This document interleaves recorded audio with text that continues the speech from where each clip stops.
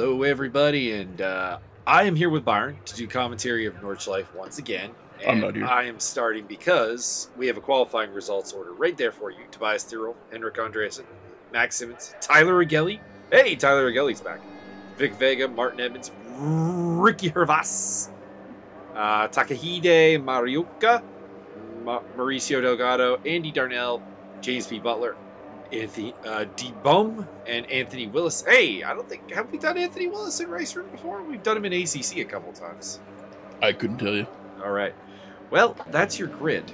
And once again, we have Andrew D to thank for the lovely graphics and the lovely overlay, because I think the deal here was the recording computer crashed. So we're off, and we're using the Formula USA / Indy cars, which have push to pass included in them. And I'm not sure if we're going to get a push to pass graphic, but it'll be cool if we do. Oh, Lord. Things are already interesting at turn 1 near the back of the pack. A couple of cars getting into it there. Haven't picked up liveries for everybody yet, so these first couple of laps will be me kind of guessing who everybody is. And I guess that's the downside of this. There's a green one. Multiple. Yeah, it looks like that's D-Bomb in the Rolex dark green. I like that livery. There's a second one of them towards the back there, which I believe is Andy Darnell. There's a, I think the light green one is Monster Energy. I could be wrong. I don't know. We'll find out. I think there's a Target car. Ooh, boy. More interesting this. We haven't even gotten out of the arena section. We got all kinds of trouble going on here. D-Bomb in a battle with, I do believe that is Anthony Willis there in the... Oh, Lord! D-Bomb is airborne. Henrik Andreasen in third place behind Max Simmons and Tobias Thurl, who, of course, are the championship contenders here. Well, we have a moment here.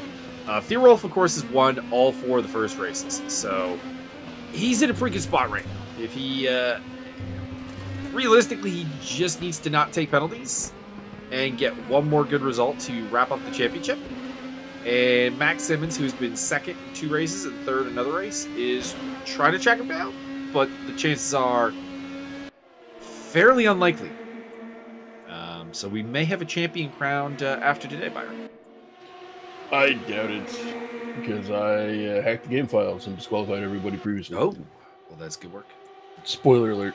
So the Panasonic car is Tobias Thurl, Henrik Andreasen in the black and white car there, going down the inside of the UPS car, Maxons. I think Max used the UPS car last time we used these cars, so I think that's his favorite livery. Or do you think he just has like a significant loyalty to the UPS? I think if he doesn't use that livery, they probably won't deliver to his house anymore. Oh. I don't think this is a problem, because Max Simmons is a teenager, so I don't think any loyalty in regards to parcel transport is all. Well, you'd be surprised when you're ordering that much plutonium across the international lines. Enrique Hervas there with a chance to move a spot there, with Vic Vega going very slowly. And in the meantime, there is Henrik Andreasen. So we got a lot of stuff on the screen here. We've got the number of the car. We've got the position they're in, the lap, the lap time. Oh, and Tobias Thurl made a mistake there coming out of the corner, and we have a new leader, Henrik Andreasen. The Norwegian driver has hit the front. Tyler Agelli running in 7th. Oh, spin around, and kind of lucky not to lose his nose there. And he's paused at a really bad spot, so. I like that livery that Takahide Mariuka is rocking, although he has come to a Maruoka. There's no I in there, dude. I'm sure I know that. Are you sure? D-Bomb losing a spot there to Anthony Willis. Anthony Willis has lost his front end, so he's got no nose cone. He's topless. Well, he's noseless. That's going to make the car really, really hard to handle. The front end of these cars is of course, a wing, as you can see, and a nose cone. D-Bomb is probably going to lose his as well. Yep, there we are. In the wall he goes. And interesting. We have two different tire types here today. We have the Prime and we have the Alternate. I'm not sure which one is the harder or softer tire, to be honest. One person is running the Alternate tires. And if it shows up again, I'll tell you who it is, as that is a very ugly turn there by Mauricio Delgado. Come on, Mauricio! I believe one of the tire compounds is made out of pressed squirrel meat. Well, he's going to lose a spot there to Andy Darnell. Or that was James Butler, actually, pardon me. Darnell in the Rolex car is also going to get past him, as Mauricio's really struggling. Vic Vega running in 5th place. He's having a good time. Hervas in behind him. I like Hervas's car. Very eye-catching in the blue and purple. What do you think, Byron? I believe that would indicate that it is poisonous. In nature, that's usually what that signifies. Indeed. Missing nose cone for Vic Vega as well, so in 5th place now, but well, you can see kind of where I'm going with that as he spins into the wall. Tobias Thierolf in 2nd place, 1.7 seconds off of the lead. The undefeated man around the Nordschleife. He is the king of the ring. I think that's in Hungary. Well, Nordschleife is known as the ring. That's why Sabine Schmidt was known as the queen of the ring, because she was the Nordschleife specialist. I always liked it when she would return to, she would do one race with well, 2 races because it's a 2-race weekend, but like 1 round of the World Touring Car Championship, WTCC, and she would show up and they would make a real big deal about it. Like the second year she showed up, they had like a montage of all the regular drivers being like, "Nah, she wouldn't come back. She doesn't. It's not a challenge for her anymore. It didn't go all that well last time. She wouldn't risk the credentials." Like talking smack in a really cheesy, obviously not meaning it way. And then the camera just goes to her standing in front of her car, going, "I'm back," and everyone going, "Oh crap." Oh, you didn't know? I will say Tom Cornell did the best job with those videos. He was the only one that, like, I don't know, Tom Cornell has a natural sense of showmanship and comedic timing, I think. So anytime he's part of a trailer or a promo for a race, it's worth a watch. As Anthony Willis, despite not having a front end, is putting the pressure on Mauricio Delgado. We've seen some good results from Mauricio in this series. I think, I'm fairly certain. Yeah, he was 8th and 7th with the Formula 3s, which was the first car we tried here, and then wasn't quite as good in the Formula X90s. Finished 9th and 11th, but he is holding down 7th place right now, ahead of Anthony Willis. Just a 5-lap race, but of course, the lap is 7+ minutes long, or less if you are. I'm trying to do the math here in my head to see, because Mauricio's was over 7 minutes, but it depends how far behind is he. You could probably get a little under 7 minutes, I would say. Probably like a 6:59 or 6:58 is possible. Mauricio loses the spot there to Anthony Willis, and we hop on the rear of Tyler Egelli, who is in 9th place. Coming up to Mauricio there. Mauricio really looks like he's struggling today.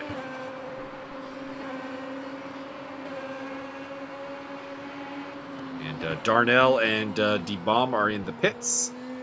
Now the question will be, will they... Are they retired from the race, or are they just trying to fix the car up to rejoin? Because it's a small field. It's a 13-car field. There's a lot of points to be had just for finishing. So I would encourage people to hop in the pits, get the car fixed, and get back out there. It's a really long lap, and there's going to be a lot of mistakes.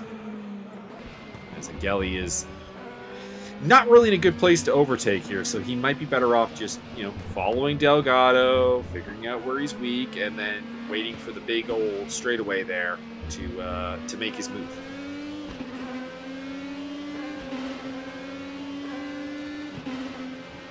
It's kind of the one problem. There's a lot of mistakes here at Nordschleife, but there's not a lot of, what you would call tremendously safe overtaking spots. as he is side by side for a brief moment there with Mauricio Delgado.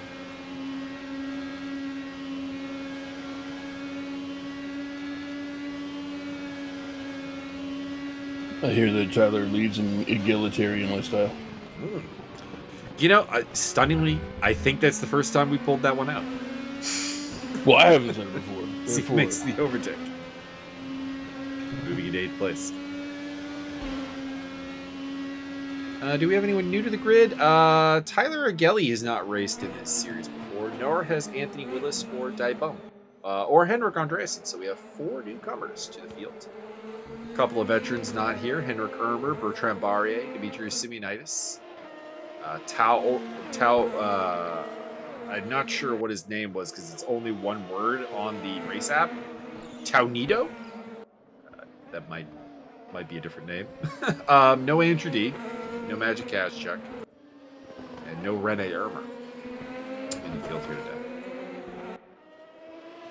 And of course, Ermer had 2 second places in the F3s, so he is not here. So we hop on board with Mauricio Delgado. Still not sure who's on the alternate tires, because somebody was on the alternate tires. I just didn't pick up who it was. As Mauricio gets on the tail of Willis, who is, I think, still without a nose cone. So that car is kind of driving him, more so than he's driving the car. It's become sentient. It'll have to be put down. It is a heretical machine, that is for sure. Both by Dune logic and by Warhammer logic. Correct. You have created the car of iron, and it shall be destroyed.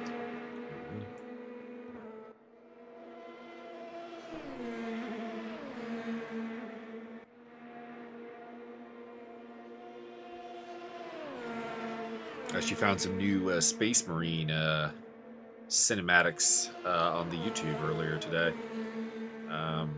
Just in my recommended. I don't know what game they're from, so that'll be my mission in the next little bit. They are from Vermintide 7.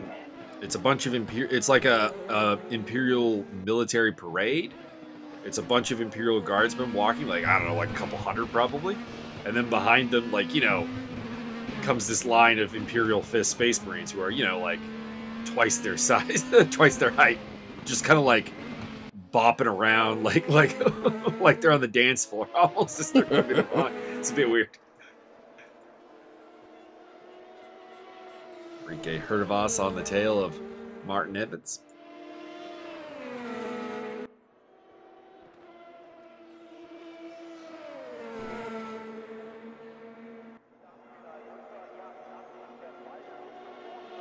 As you read, I found an audiobook of Crimson Tears, which is a good novel if you're into the Warhammer universe. Everybody, check it out.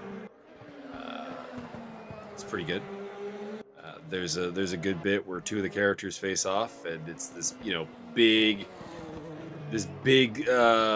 this whole novel's been kind of leading up to this face off, and it's just like there's still time for you to repent. It's like blood for the blood gods, Arbadon. It's like, he's not gonna repent. He's with corn. Like popcorn? Not that kind of corn. No, extra buttery corn. The red corn. Well, okay, so there's extra buttery corn. Technically, more of a Slaanesh thing. Probably. It's delighting in the excesses of life. So yeah, that would be definitely a Slaanesh thing. I mean, it's not quite a Slaanesh thing, because like the Slaanesh thing would involve some tentacles and some shit and stuff like that. But, hey, we're gonna start somewhere. You take your own fan fiction the way you want. Warhammer 40k fanfic people out there, start writing up some extra buttery corn stories, and we'll see what we get.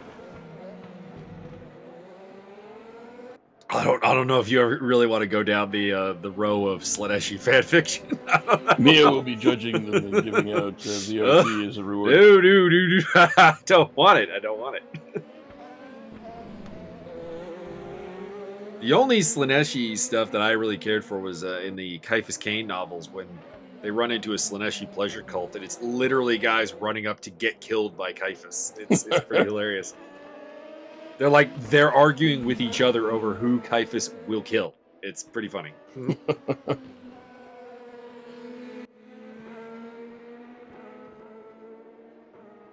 Speaking of Warhammer novels that you should really check out, anything with Caiaphas Cain. Anything. Because Caiaphas Cain is the greatest character Warhammer has ever created. For so many reasons. I like Alfarius. Alfarius is up there. Alfarius technically, Caiaphas Cain could have been Alfarius the whole time. Could have. Can't prove me wrong. True.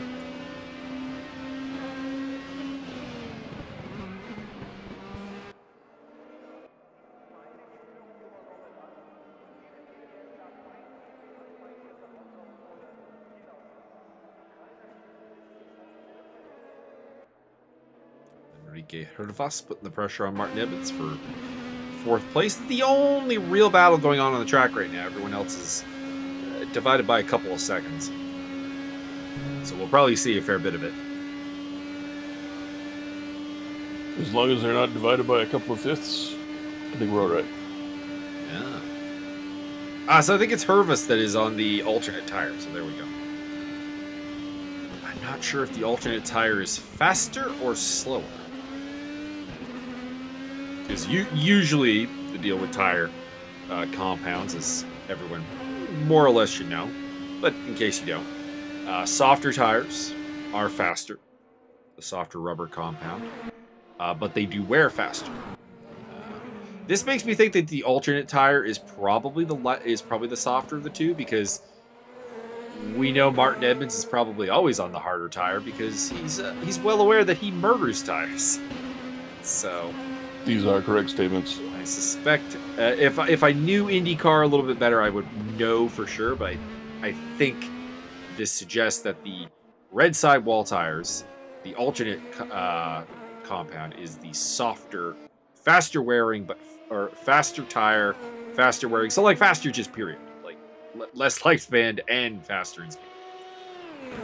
As Henrik Andreasen continues to lead. He did a 6:32. Okay, so okay. So it is possible to get down to like a 6:30 around here.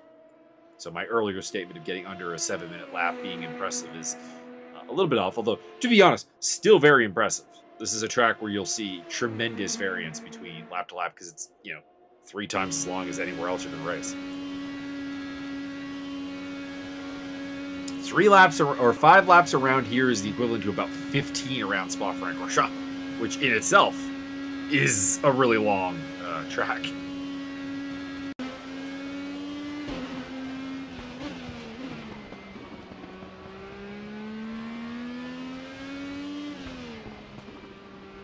This, of course, is the track that saw the famous accident that cost Niki Lauda the 1976 world title in the events depicted in Rush.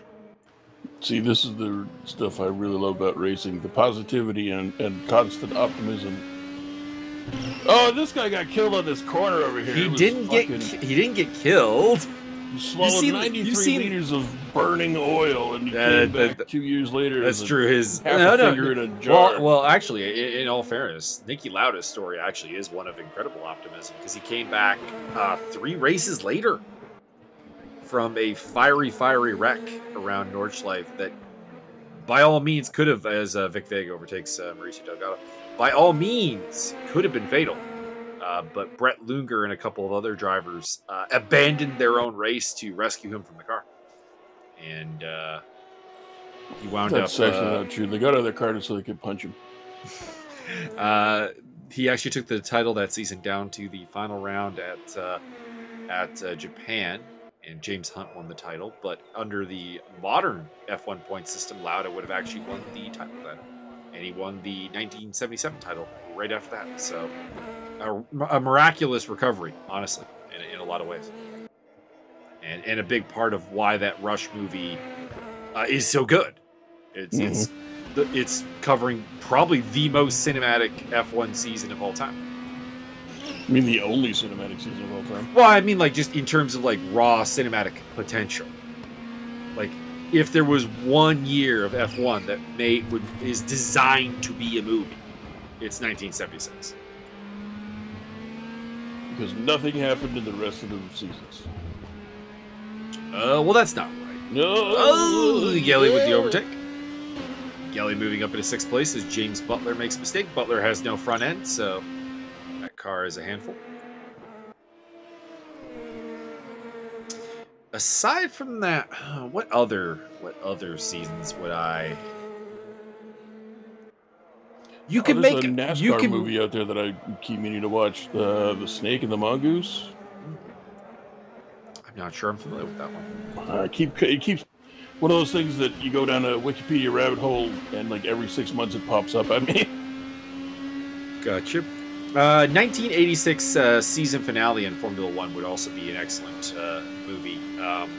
So the deal with that one is the 2 Williams drivers, Nelson Piquet and Nigel Mansell, came into the championship, the season finale. 1-2 in the championship with Alain Prost in 3rd place, and Prost was mathematically still alive in the championship. But the 2 Williamses were the fastest on that day, and I'm not sure if I'm remembering which one it was. Either Nigel or Nelson had a tire explode on them. So, obviously terrible. And the Williams team pitted their other car as a precaution to prevent the same thing from happening to it. And that let Prost take the win and the title. Damn. And that's Javier Perez Torres' favorite season of all time.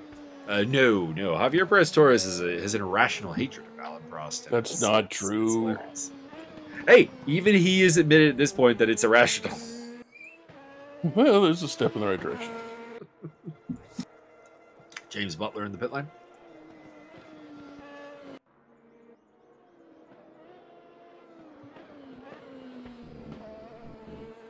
He's a big Senna fan. Yeah, I mean, you could do a movie about the Ayrton Senna Alain Prost rivalry spanning from 1988 to probably up to 93. Even to 94 when Senna, dies at San Marino. Well, technically not San Marino. The Grand Prix of San Marino, which is held at the Circuit Enzo Edino Ferrari, a.k.a. Imola, which is actually just in Italy. It's not in San Marino, but it was a way to get a second race in Italy, which just called the San Marino Grand Prix. Similar to what they did with the Nürburgring for a long, long time to get a second race in Germany. They created the quote-unquote European Grand Prix, and then later on also the Luxembourg Grand Prix, even though if you look at the Nürburgring on a map, it's nowhere near Luxembourg.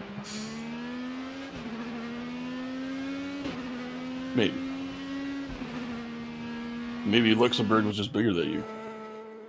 Luxembourg, I don't think, has ever been bigger than it currently is. It changes with the seasons, So Snake and Mongoose, 2013 movie. The film tells the story of a rivalry between drag racing drivers Don the Snake Prudhomme and Tom the Mongoose McEwen, and their groundbreaking accomplishments in the world of drag racing. Okay. Drag racing pretty cool. Ooh, it's got Tim Blake Nelson in it. That's cool. Go for Everett. There are so few good racing movies, to be honest. There's Rush. Rush is fantastic. Your favorite of all time, Driven? I actually like Driven. Don't give me like an accurate portrayal of racing. No, not on any level. But the acting is. That they didn't rip around through the streets of Toronto blowing off fucking. It was Chicago in the movie. It was Chicago. Was it? Whatever. Yeah, it was. No, they don't do that. The acting is pretty good, although Sylvester Stallone, not a race car driver built. There is no race car driver who looks like Sylvester Stallone. Sylvester Stallone, Days of Thunder. The younger guy that's in the movie, though, actually does look like a race car driver, so there is that.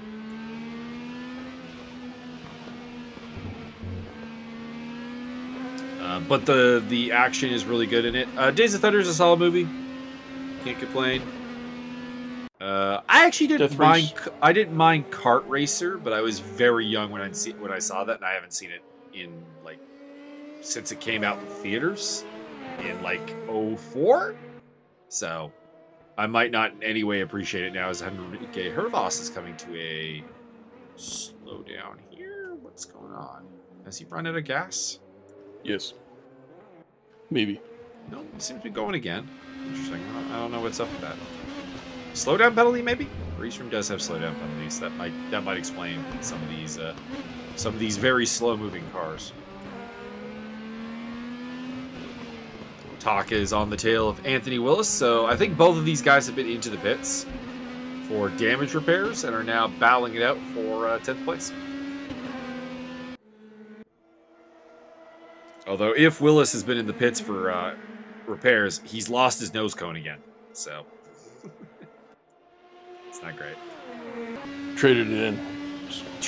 You trade it in, you get 4 free snow cones, so it's a good deal.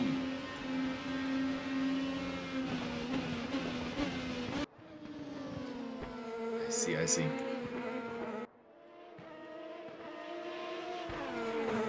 So we got that battle for 10th place going on. Everything else is fairly spread out right now. Doesn't mean that can't change. We got a second race after this with a reverse grid, so there will be more action.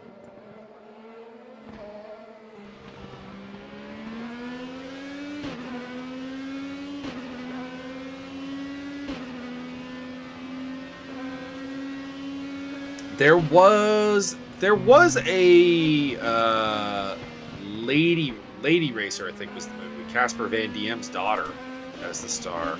That was supposed to be pretty good. I've never seen it, but I've never heard of it. I've been told decent things. It's also got Sean Patrick Flannery in it. Ooh. It also has Casper Van Diem in it as the father of the lady racer. That's an easy one. He's doing his part. I think somebody else is in it too that has a reasonably big name. Wasn't Casper Van Dien also in like a Tarzan type movie? I thought I recall. I was 1 year off with Kart Racer, though. It came out in 2003, starring Randy Quaid, Will Rother, and Jennifer Wigmore, David Gallagher, and Amanda D. Martinez. Fair enough. Oh, Casper Van Dien, Tarzan in the Lost City. Also was in an actual Casper movie right before Starship Troopers. That is hilarious. And no, he did not play the eponymous Casper. Disappointing. Disappointing? Correct.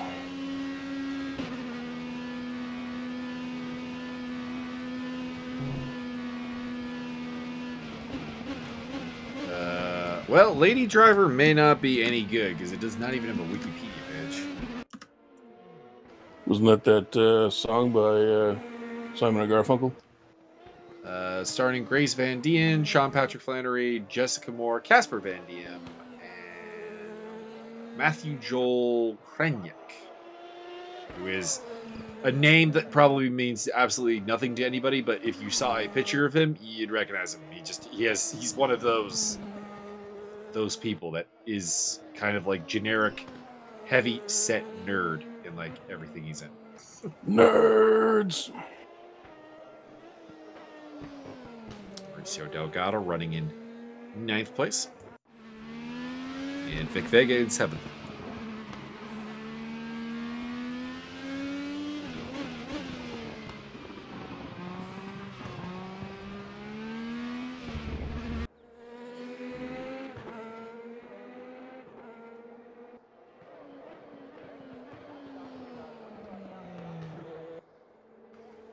Oh shit, they're remaking The Most Dangerous Game. Wild. Did you see who's starring in it? Tom fucking Berenger. Well, there's somebody else there. We got Tom Berenger, Judd Nelson, Bruce Dern, Casper Van Dien. That's how I got here. Mm-hmm. And CT. Yep. Is that Chris? That CT? It is that CT, Chris Tamburello. The challenge. It should become Esquire, and then he could be CTE. He's here to crack skulls, and he wants to get fed. 5-time challenge champion, CT. Oh, Max Simmons. Yoinks. Running in third place. Did the nose stay attached? No, it did not. Ooh, No snow cone for you. Yeah, no nose. He is quite a ways ahead of Martin Edmonds. He's got 10 seconds. Still could probably hang on to this, but he's got a little over. He's got about a lap and a quarter. Or no, this is probably about a lap and a half actually, based on the position we have there, which he's going to have to drive sans a nose cone.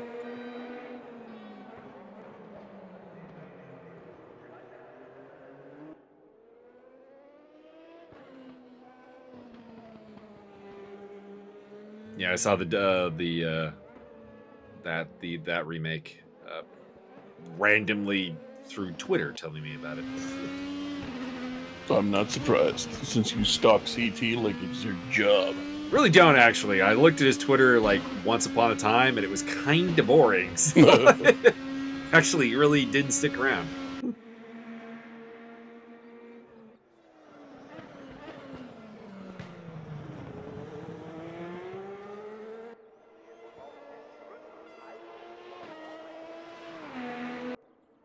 Oh, Lord. Enrique Hervas going into the wall there and having a good long spin. Trying to right the car. And here comes Vic Vega to try to take 6th place away from him, at least for the time being.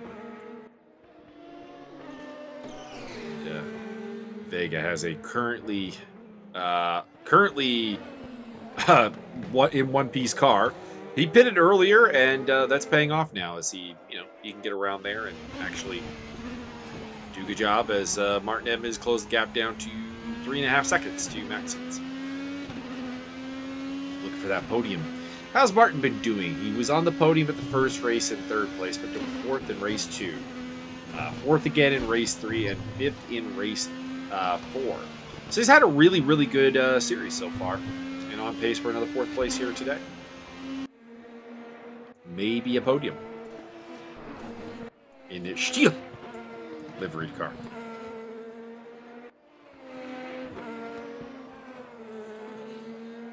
Trying to figure out why the Steel car is mostly blue, because I don't think they're I don't think their corporate colors really have any. They're from Sweden. They are, but all they do all day is make the chainsaws and skis, and then they drink a fish bladder thing. I have no idea what they do in Sweden. Their dominant color tends to be yellow when they do motorsport stuff. But here today it is blue. Henrik Andreasen still in the lead. Wrapping up lap 4 here shortly. Or lap 5, pardon me. And actually, that'll be the end of the race for him. So, there you go. Coming around and see if he gives us a little celebration.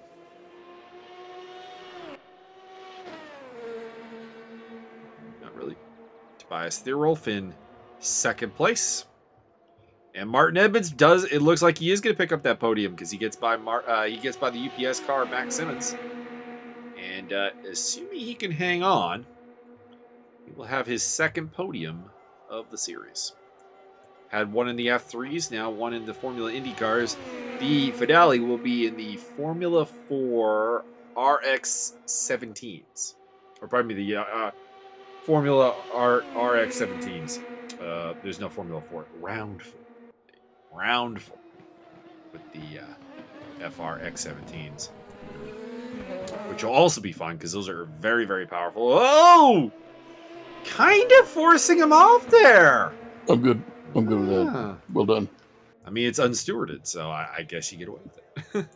No stewarding. What the hell are these guys doing? No stewarding. Why isn't everybody in the wall?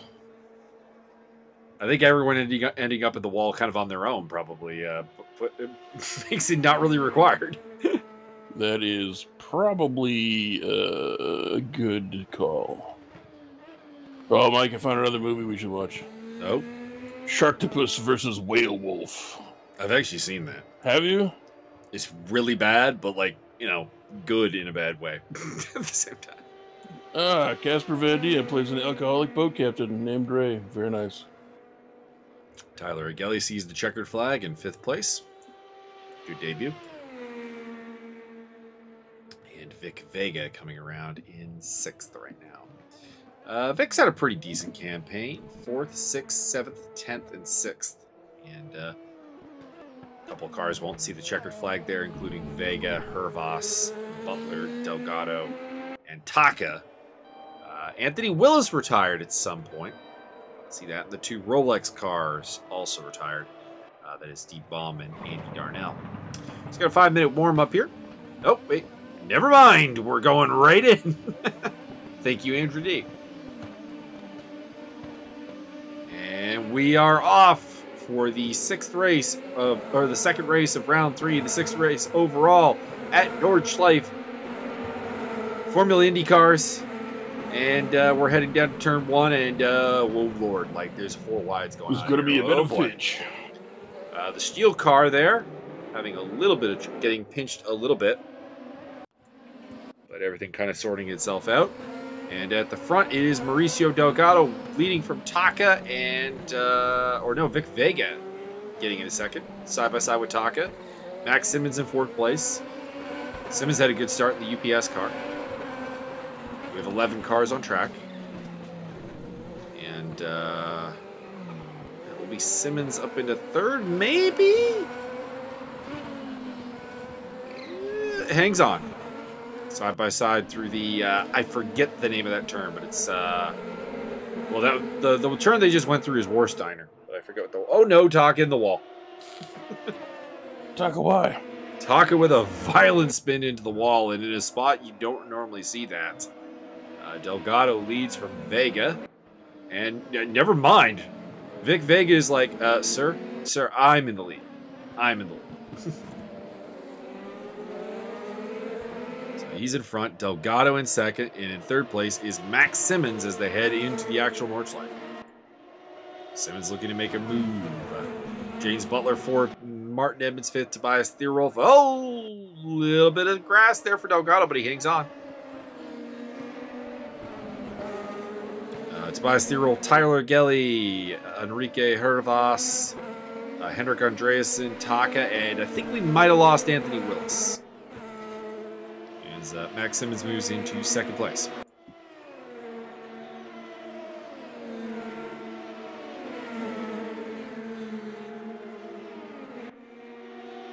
See, hopefully I'll be going up against Anthony Willis at the Monza tomorrow in 3D Spectacular.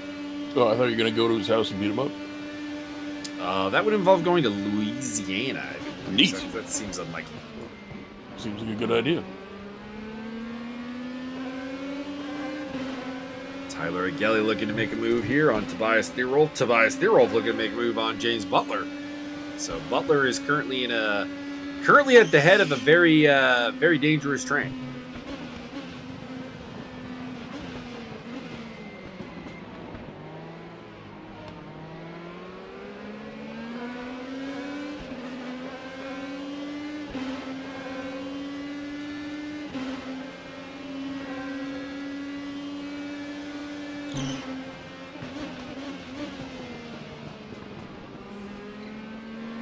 And Agelli is going to get past Tobias Thierolf, who goes off the track there and slips back to 7th place.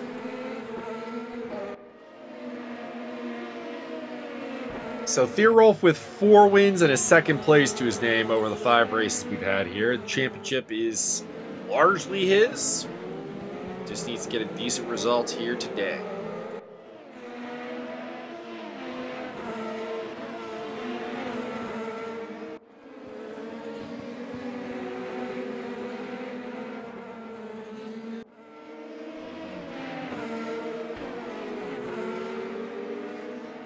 There are scratch results at play, so there might be something that can be done, but I'm pretty sure mathematically it is pretty damn locked up.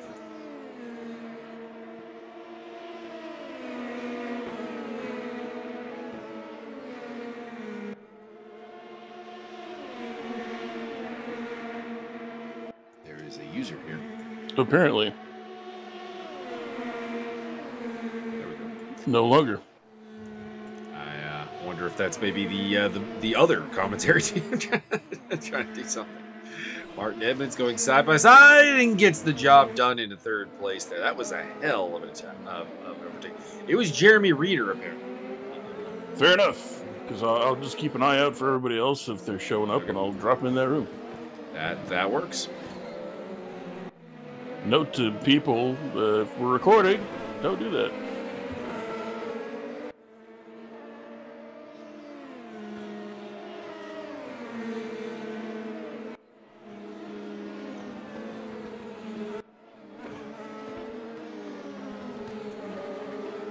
I've communicated that to him, and you'll keep an eye out. And in the meantime, Tyler Agelli is trying to get past Mauricio Delgado, who is in his fall back through the field, of course. He kind of was at a elevated position due to the reverse grid, as tends to be the case, and has been dropped back behind Vic Vega, Martin Edmonds, Tobias Thierolf already. And Agelli would like to be the next one to make that move. And he is through. I'm gonna be the next to be with you.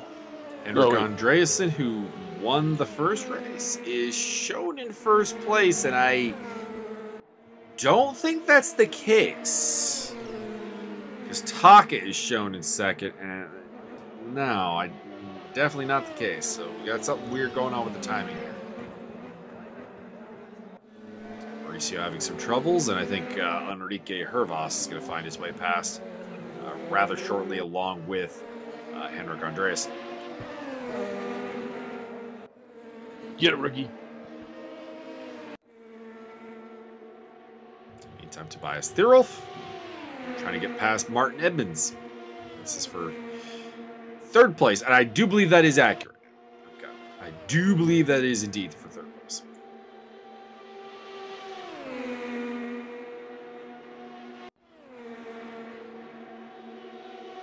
And Delgado getting swallowed up there. Andreasen actually bagging both him and Enrique Hervas.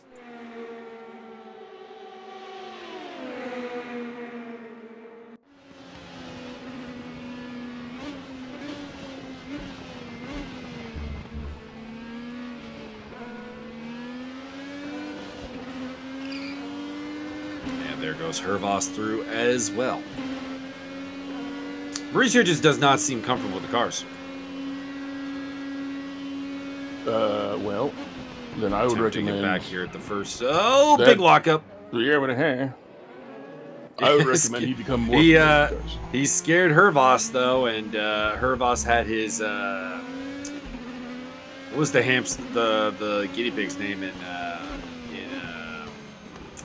Dr. Dolittle? I don't know. You scared the crap out of me. See? There it is. I have not watched any of that series or franchise. I haven't watched it in so long that it's literally the only thing I remember of the movie is that line. Because as a child, I found it hilarious. And as an adult, I still kind of find it hilarious. That is fair. There are lots and lots of those things for me as well. Most notably, anything from Major Payne, which I hadn't watched in quite a while, but I watched it, I think about a year ago with The One True Kyle. Fee, fi, fo, fum, what sort of beanstalk you fall from? Delgado loses the spot there to Hervas. Oh, children.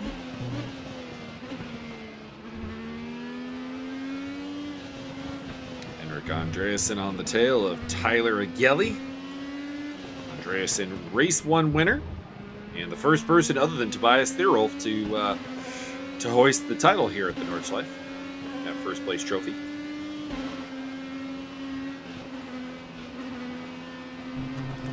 And he'll get the job done. Looks very competent. Did not show up for the Formula 3 or the Formula 90 races.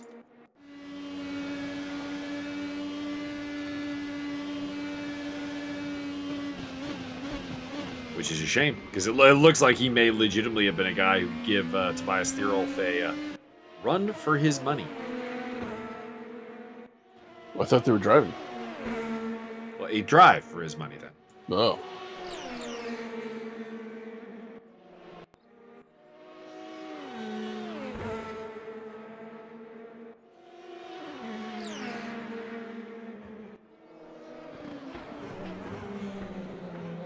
Mauricio Delgado chasing Hervas. And Gelli technically chasing Andreasen. But the way Andreasen just kind of gave him the dummy, I think suggests that he probably won't be coming back at Andreasen anytime soon. But we'll see.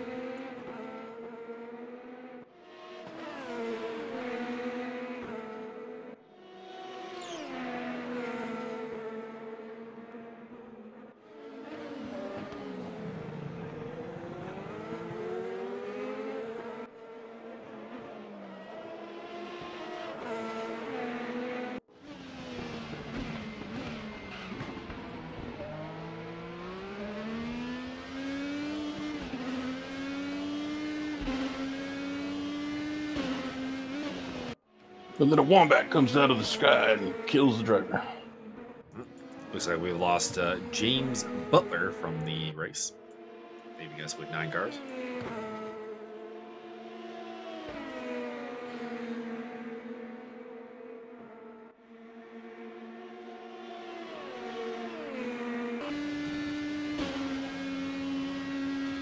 On board with Tyler Gelli.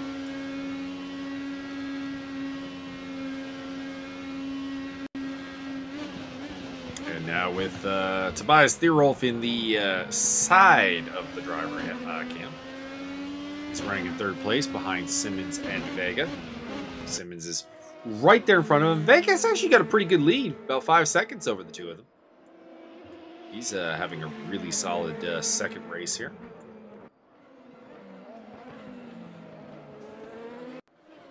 Mauricio's had difficulty with that turn a couple of times. So definitely area of improvement.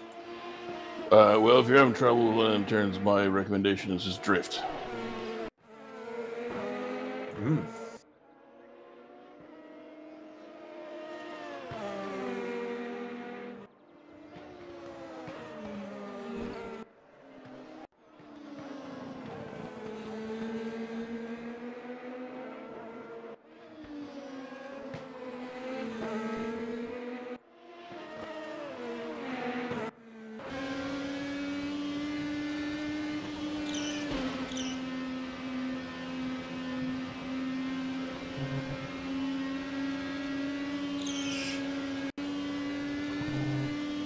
Listen to those tires squeal.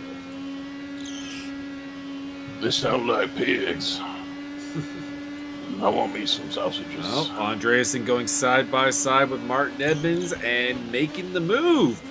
He's just cutting through the field like butter. Henrik Andreasen is in the zone here in round 3 of the championship. It's a shame that he wasn't at rounds 1 and 2 because it looks like he would have been an absolute force to be reckoned with. Very comfortable in this IndyCar car.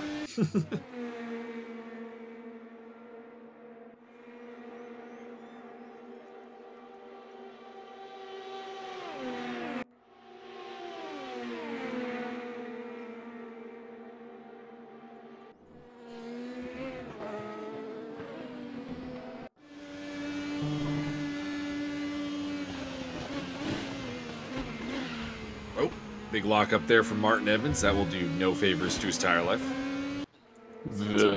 If a Martin doesn't end up with hexagonal tires by the end of a race, that's not really a race. I mean, this one's a little bit short to kill the tires. It's the longest track in the universe. Yeah, but it's only 5 laps, so we're talking 30 minutes, 35 minutes. It'll take 9 hours to do 1 lap. Not that long. You're gonna pit 3 times per lap. Sir, it's a lap, not the Dakar Rally.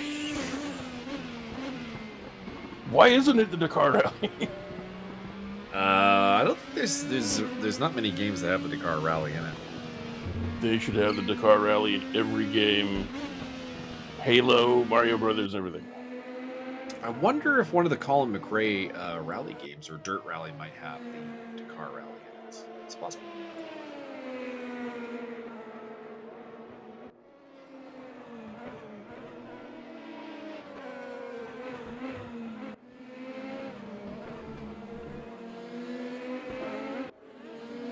What I would love is actually if we get some rallycross action going on in ESR, but there's yet to be a game that really does rallycross particularly well, frankly, because that of course would be right up Byron's alley with insane driving. Hell yeah!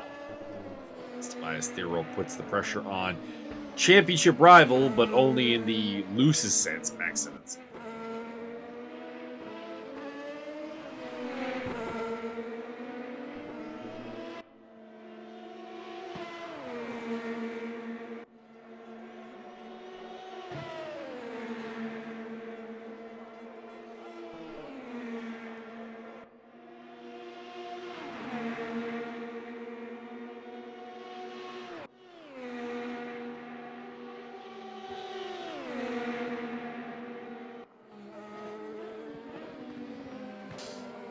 Sniff there, but nothing doing. Therold does have the fastest lap. You can see the purple highlight of the 6-minute 33.323. Imagine that was achieved on lap number 2.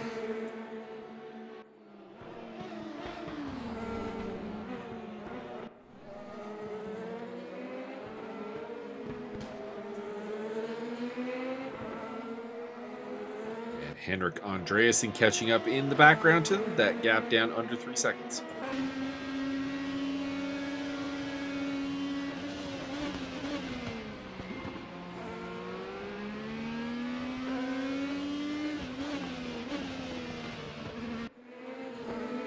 Still within spitting distance of the leader, who's only about 3.5 up.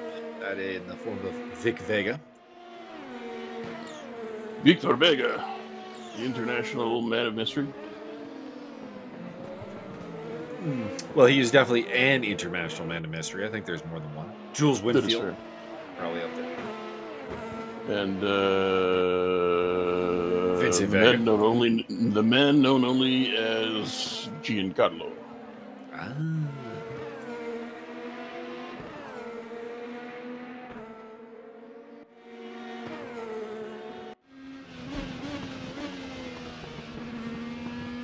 Of course, the most inconspicuous Englishman of all time, Billy Butcher.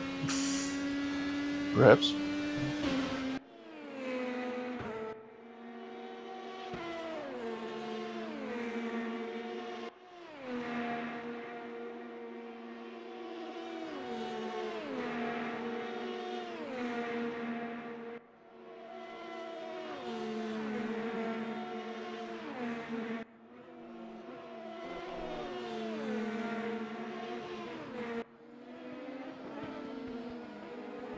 So do you think Max can hang on against Tobias and against Andreasen as he catches up? Because that gap is down to 2 seconds. I believe that through the power of them not... Oh! I asked that question and he's completely lost it. Tank slapper. And Tobias is going through. Yes! Second place. Brave. I mean, Simmons kind of opened the door for him, but that was a brave move. Oh! Okay, hang on. I was going to say he almost opened the door right back. Simmons is now on the hunt again. And Andreasen's just like, yes, yes. Let the hate flow through you.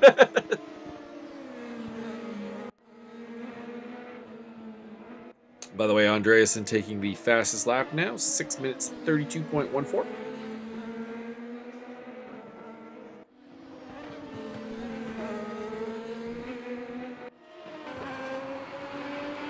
That could also just be his fastest lap. We'll have to figure that out at some point. So we hop on the rear wing of Henrik. And Tobias Therold second right now. Simmons third. Andreasen fourth. But I think these guys have a large battle going on right now. And the guy who, you know, is really, really hoping that these guys take time out of each other is Vic Vega, who's out in front by about 4 seconds. Woo! Yeehaw! Oh no! Tank slapper for Tobias, and he loses a front wing off the deal and the nose cone. This is going to limit it to a two-way battle. Taka back in the pit lane. I believe that is the end of his day because I think that was an escape back to the pits as opposed to a just pitting. Vega, by the way, on the alternate tires. So might be helping him out a fair bit. Oh, Simmons is hanging on. Taking some tips from Martin, who gave him a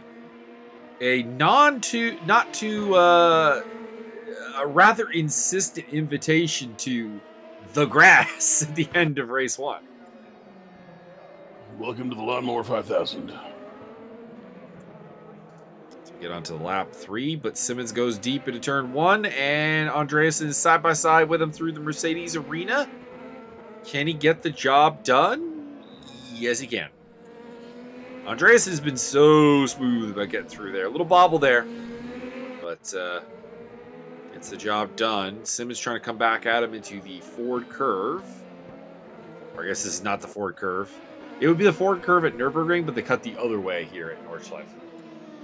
And skip over the Ford curve to about the Schumacher S, which is not part of the track. Needs more loop-de-loops. Yeah, they head towards the actual Nordschleife once again.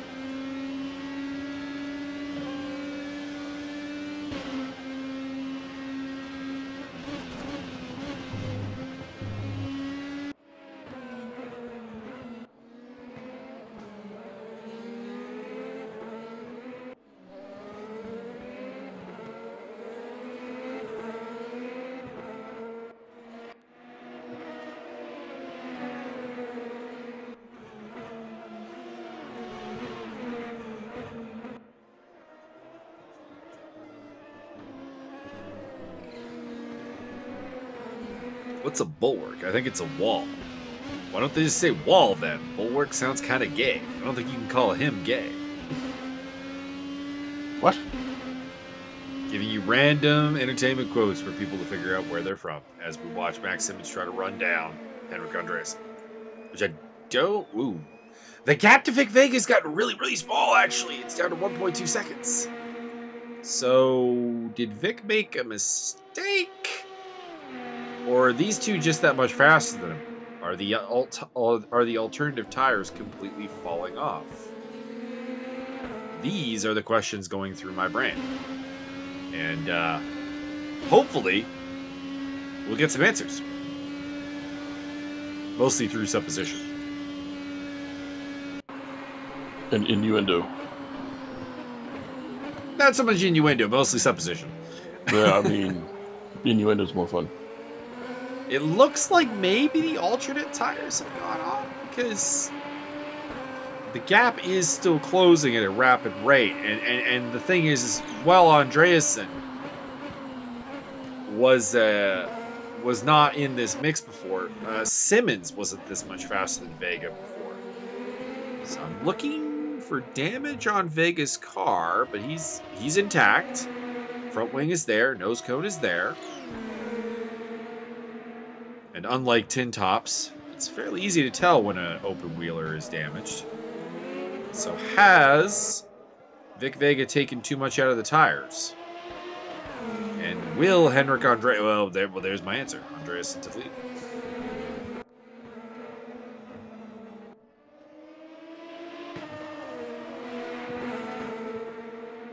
Vega did not put up nearly the fight I was expecting, to be honest. Of course, if he has no confidence in the tires, that would be why.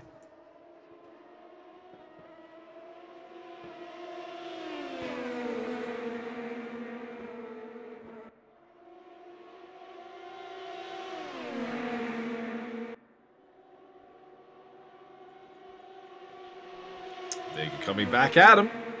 Overtakes him. Wonder if he got a slow down penalty, maybe. Because Max... side by side, almost terrible. Simmons is held off for now. 19 wide to the hairpin. Oh, Simmons really wants through. Simmons smells that a race win might be on offer. And this is the first series we've had in a while where Max Simmons not getting regular race wins has been a thing. Whoa. And it spins off into the wall. That kind of hampers that idea. Very aggressive. Still Vega from Andreasen. Simmons is still in third. He's got it pointing the right direction. Edmonds in fourth, Thirol fifth, Agueli sixth, Hervas, Delgado, and Taka rounding off the field.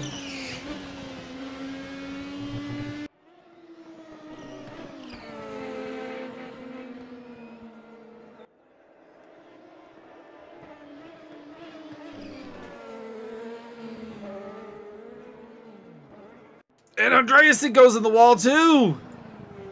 Tobias is also getting no front wing. We saw that earlier. So no front wing for Tobias. No front wing for Hendrick.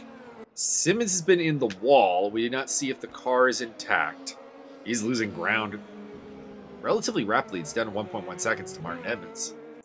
So a couple of cars are gimped around here. And Vic Vega, everything is falling into place for you, my friend.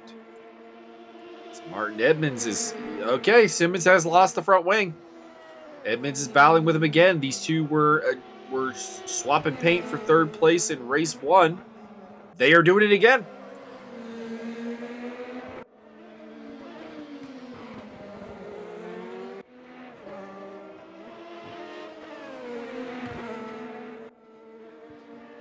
And Edmonds will get through.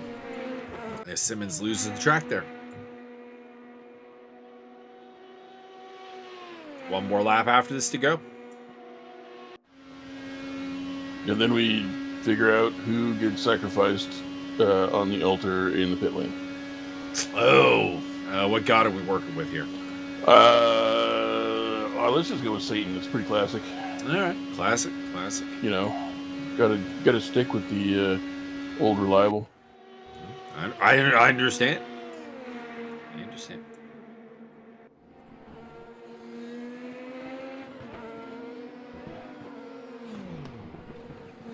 And Martin spins out and almost enters the pit lane. looks like the car is not overly damaged, so he's gonna have to try and hunt down Simmons again. But Simmons is carrying the damage. There is Tyler Agueli. So Agueli suddenly with a chance at maybe a top 4.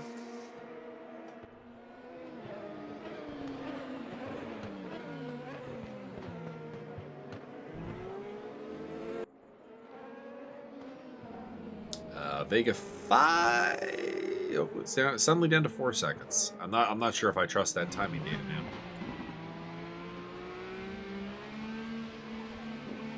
Vega leads. Andreas in second. Simmons in third. Edmonds, Agueli, Thirolf, Hervas, Delgado, and Taka still running. Should be said that Delgado and Taka are quite a ways behind everybody else. Got a random dip in quality that I hope does not end up there in the final product. Is that just me, or did you get the super blurry screen as well?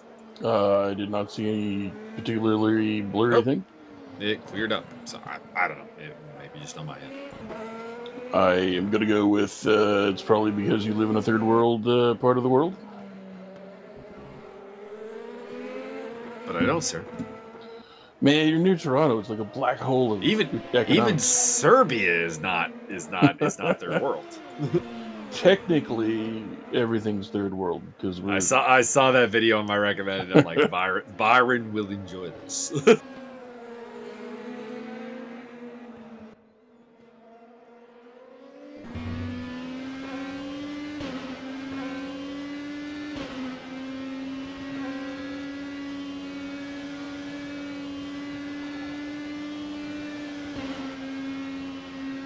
Tyler Agueli still chasing down Martin Edmonds. We'll see if he can. We'll see if he has the confidence to go for an overtake. 'Cause like I said, Nordschleife, not a lot of safe, inviting overtaking opportunities. They are on the final lap, so he doesn't have the Mercedes Arena to try to go after him, which is the best place to overtake on this track. So it's really just the straightaway, the long straightaway, where he'll have a somewhat safe opportunity to get past Edmonds. We know Edmonds will defend hard around here. The gap for the lead is down to under a second with Henrik Andreasen and Vic Vega. So hopefully we check in on that before we get to the end of the race.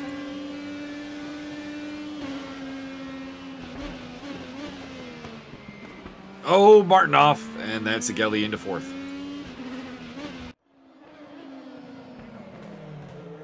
And there is the battle for the lead. Henrik Andreasen versus Vic Vega. Vega trying to get his, I want to say first win in these sort of like Super Series Tugas ESR races. I'm not sure that there's anyone from ESR aka ESR Argentina, Esports Racing Argentina here today. I think it's just Tugas and the ESR group.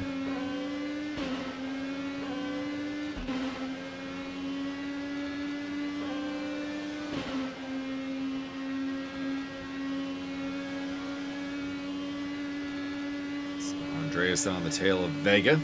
Simmons 10 seconds back. Really a threat, although a mistake could bring him into play. Less than a half lap to go. And thought about it. Didn't really commit to it. Now he's committing. And could not quite get up the inside of Vic Vega, who defended well. Hard but fair. Into the carousel. Both cars not liking the carousel entrance there. So they stay in the same order.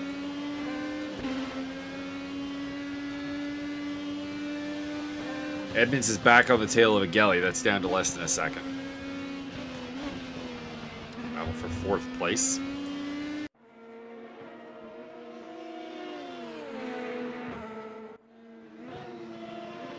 Speaking of which, we check in with it. Martin Edmonds, Agelli battling it out. Mistake there by Edmonds, and that is going to buy Agelli a fair bit of breathing room to about 2 seconds. A ton, actually. Edmonds is still falling back. So Edmonds, I think, is in the wall. Or now under pressure from Tobias Thierol. So he messed up hard. Agelli might get on the podium. I say that, and the timing indicates he might be off track. Martin's tires are probably just going flap, flap, flap, flap, flap, flap, flap, flap. Well, I think it's more that he's lost his front end now. So he's battling Tobias Thierol, who I think is, if I have to bet who's better at handling a damaged car, it's probably him. Oh no! Henrik Andreasen! Almost home free, spins it around. Gets pointed the right direction. Will that cost him though? Because here comes Max Simmons! And Simmons in his second place. I think Vic Vega may have just secured himself a victory here. He's almost to the end. Last 10th of a lap for him to take it on home.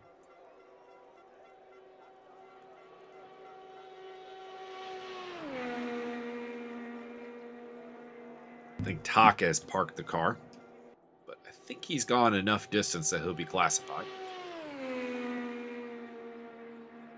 Can we go to the battle between Andreasen and Simmons? Because that looks quite fierce, please. Could the camera go there, please? Congratulations to Vic. Don't be wrong. Fantastic race. Great work. Congratulations on the victory. But I would really like to see the battle. There we are. For second place. What if Andreasen, Ermer, and Hervas all formed a team? And Max Simmons by a non-existent nose, frankly, because he actually didn't have a nose on the car, takes second place. Tyler Agelli's going to take fourth place. And Martin Edmonds is going to come home in fifth, ahead of Tobias Thierol, who has his worst result of the campaign. I think Hervas might be the only one that makes it to the end now. I I think time will. I think Delgado and Taka are going to get timed out. Oh, there we go. Your winner, Anthony Willis. Yep, your winner, Vic Vega, sir. Vic Vega from Max Simmons, Henrik Andreas, and Tyler Agelli, Martin Edmonds, Tobias Thierolf, Enrique Hervas, Mauricio Delgado, and Taka. And in the championship, keeping in mind this is with drop scores calculated at the moment, 140 points for Tobias Thierolf. He leads the way from 118 for Max Simmons. I don't honestly think it's possible for Simmons to win this because right now Taka is dropping 51 points to 36. So it's actually even a 15-point further gap at the top. Edmonds is in third on 103, 100 even for Vic Vega and Enrique Hervas. Vega would have the tiebreaker with the win. Rene Ermer on 82, James Butler on 72, 64 for Mauricio Delgado, 63 for Henrik Andreasen, and 58 for Andy Darnell. That's your top 5. And the finale is coming up on August 28th. So if you want to get in on the Nordschleife, contact Martin Edmonds, and you too could be there for the finale with the Formula X 17 cars. Oh, no stadium trucks? No. Lame. Byron, do you have any final thoughts? The headline of the week. Elderly couple accidentally burns down house during sex game involving World War II flamethrower. That's horrifying on multiple levels.